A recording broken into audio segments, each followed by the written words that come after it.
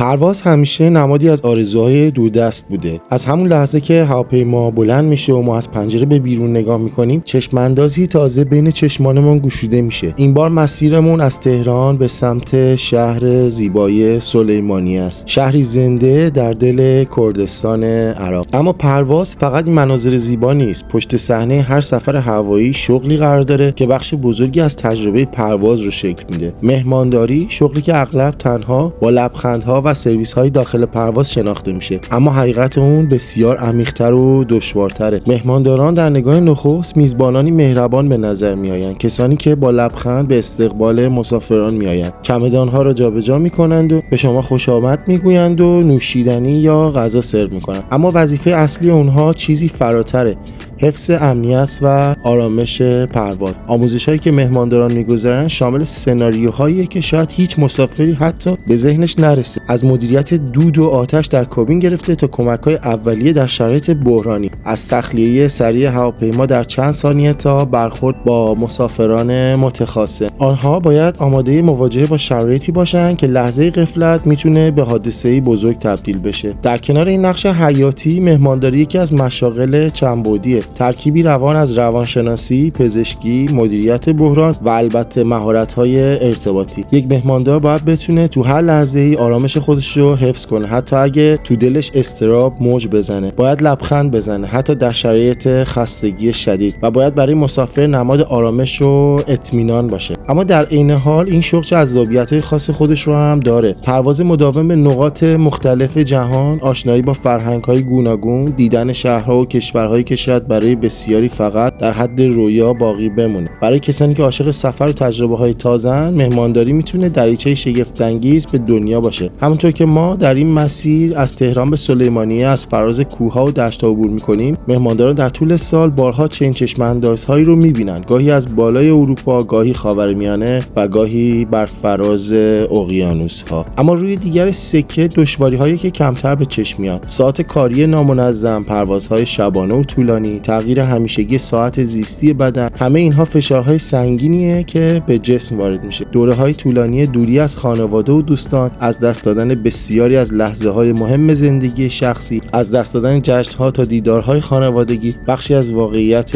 این حرفه. برای بسیاری از مهمانداران پرواز یعنی سبک زندگی متفاوت از دیگران، پر از جابجایی، پر از تغییر و گاهی هم پر از تنهایی. به علاوه این، فشارهای روحی هم بخش جدا نشدنی این شغلن. مهمانداران مدام با انسان‌های مختلف سر و کار دارن، از مسافران مضطرب گرفته تا کسانی که شاید رفتاری ناپسند داشته باشند. مدیریت این وضعیت‌ها نیاز به صبر و مهارت‌های زیادی داره. در واقع همونطور که آسمون میتونه آروم یا طوفانی باشه، فضای داخلی کابین هم همیشه یکسان نیست. با این همه، مهمانداری تنها یک شغل نیست، بلکه نوعی رسالته. کسی که این حرفه رو انتخاب میکنه باید عاشق تعامل با مردم باشه، باید توانایی کنترل احساسات خودش رو داشته باشه، باید از درون به این باور رسیده باشه که آرامش مسافر مهمتر از راحتی شخصی او هستش. وقتی امروز به چشمانداز سلیمانیه نگاه میکنم، به یاد میارم که این سفر بدون حضور مهمانداران تجربه‌ای قابل اجرا نیست. اونها هستن که با لبخند خستگی‌های مسیر رو کم میکنن، با مهارت امنیت شما رو تضمین میکنن، با حضورشون پرواز رو از یک جابجایی ساده به خاطره امن و دلپذیر تبدیل میکنن. مهمانداری ترکیبی از زیبایی و سختی، سفری دائمی میان زمین و آسمان، میان خانه و مقصد، شغلی که تو اون هر روز پر از تجربه تازگیه، اما هر روز هم با چالش‌های خودش همراه میشه. و شاید زیباترین بخش این شغل همین تضادها باشه. تو دل سختی‌ها فرصت دیدن دنیا، تو دل خستگی‌ها رضایت از کمک به دیگران و تو دل آسمان بی‌انتها حس تعلق به جابجایی که خانه پرواز نامیده میشه. پس هر بار که سوار هواپیما میشیم و صدای آرامش بخش مهماندار را میشنویم، خوبه که لحظه‌ای درنگ کنیم پشت اون لبخند سالها آموزش، ساعتها خستگی و دنیایی از فداکاری نهفته است. پرواز تهران سلیمانیه و بازگشت به تهران فقط عبوری میان دو شهر شهر نبود. این سفر فرصتی بود تا بیشتر